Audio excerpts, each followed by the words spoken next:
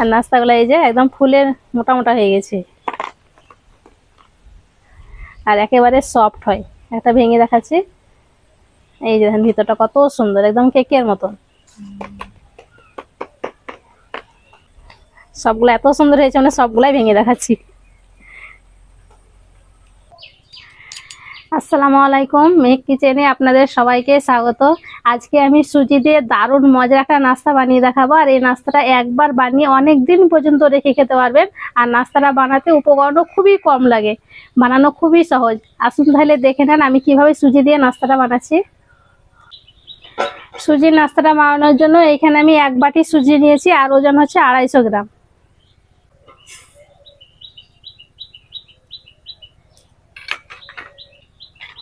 তার সাথে দিয়ে দিচ্ছি 2 চামচ ময়দা,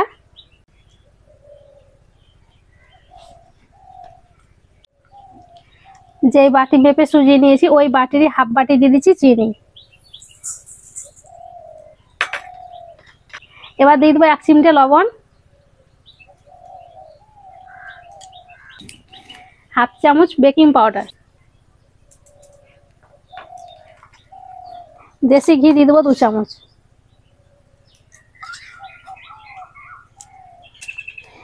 এবার সবকিছু খুব ভালো করে একবার মেখে নেব।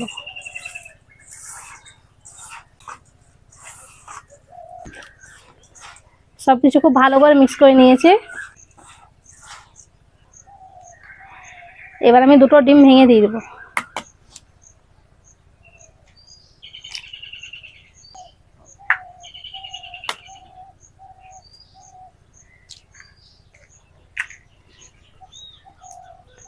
ডিম দিয়ে খুব ভালো করে মেখে নিচ্ছি।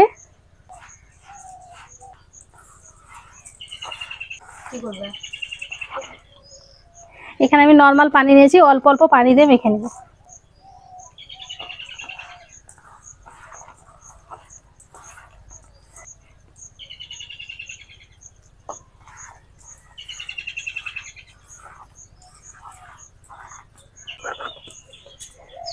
সুজির ব্যাটারটাকে আমি ভালো করে মেখে নিয়েছি।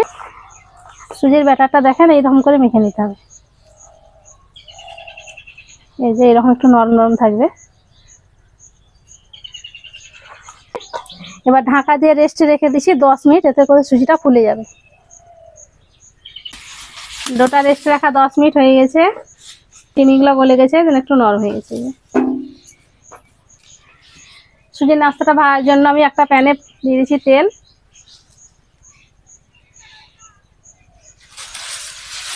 তেলটাকে মিডিয়াম করে গরম করে নিতে হবে। তেলটাকে মিডিয়াম করে গরম করে নিয়েছি। এবার এইভাবে করে দিয়ে দেবো পিঠাগুলো।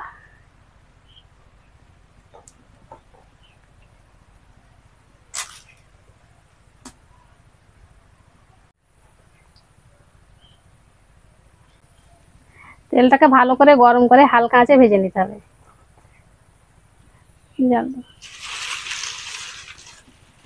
আর পিঠাগুলো ডুবো তেলেই ভাজতে হবে। 1 পিঠ হালকা করে ভাজা হয়ে গেছে, উল্টে দেবো।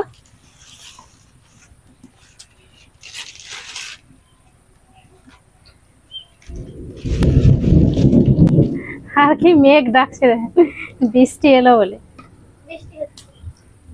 বৃষ্টি পড়তে শুরু করেছে, আর এই বৃষ্টি বাদলদের এই নাস্তাগুলো খেতে বেশি ভালো লাগে আমার।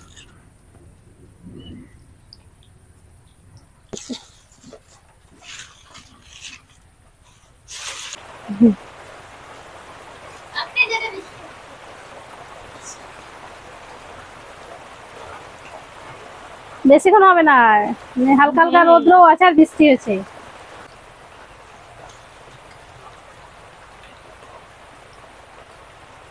হালকা আছে উল্টে পাল্টে গোল্ডেন ব্রাউন করে ভেজে নিব।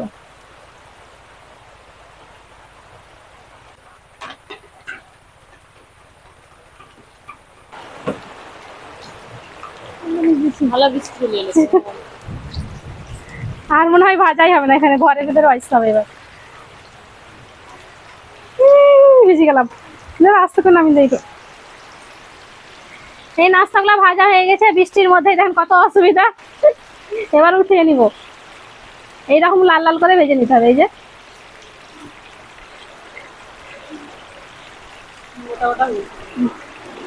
বৃষ্টিতে এতে আরো সুন্দর হয়।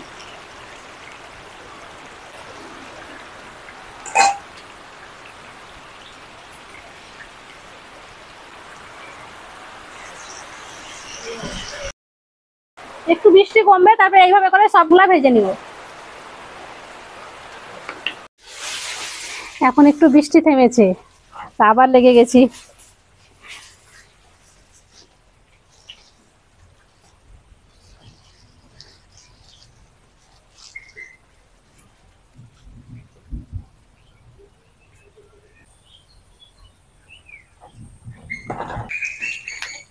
তাহলে এত সুন্দর হচ্ছে।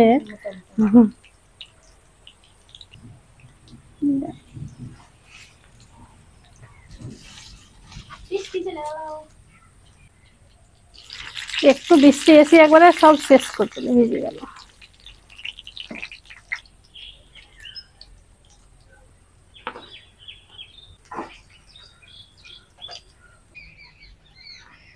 সব পিঠাগুলা ভেজে নিয়েছি। এখন দেখেন বৃষ্টি থেমে গেছে, আর একটু আগে বৃষ্টির জন্য রেসিপি করতেই পারছিলাম না। তো যাই হোক, রেসিপিটা হয়ে গেছে, এবার খেতে বসে গেছি। তার আগে আপনাদেরকে আবার দেখিয়ে দিচ্ছি। আর দেখেন নাস্তাগুলো কত সুন্দর হয়েছে, আর কালারটাও দেখেন কত সুন্দর। বৃষ্টি এবার এবার হাওয়া দারুণ লাগছে। আর নাস্তাগুলো এই যে একদম ফুলের মোটা মোটা হয়ে গেছে, আর একেবারে সফট হয়।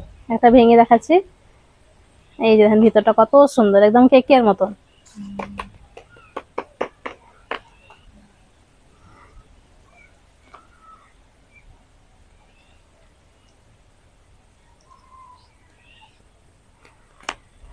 সবগুলো এত সুন্দর হয়েছে, মানে সবগুলাই ভেঙে দেখাচ্ছি। নাস্তাগুলো এইভাবে বেশি করে বানিয়ে একটা কৌটোর মধ্যে ভরে রেখে দিবেন, আর ফ্রিজে রাখবেন। অনেক দিন পর্যন্ত ভালো থাকবে, সহজে নষ্ট হবে না। যখন ইচ্ছা তখন খেতে পারবেন। না খাও। আর এই নাস্তাগুলো একটু ঠান্ডা করেই খাবেন, গরম গরম খেলে একটু ডিমের গন্ধটা লাগবে, কিন্তু ঠান্ডা হয়ে গেলে খুবই সুন্দর লাগে এটা।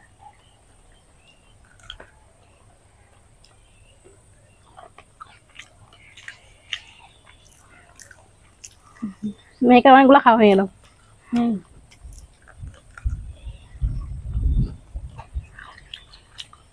সুজির পিঠাটা খেতে দারুণ হয়েছে, একেবারে ফুল মনে হচ্ছে কেক খাচ্ছি, এত সুন্দর হয়েছে।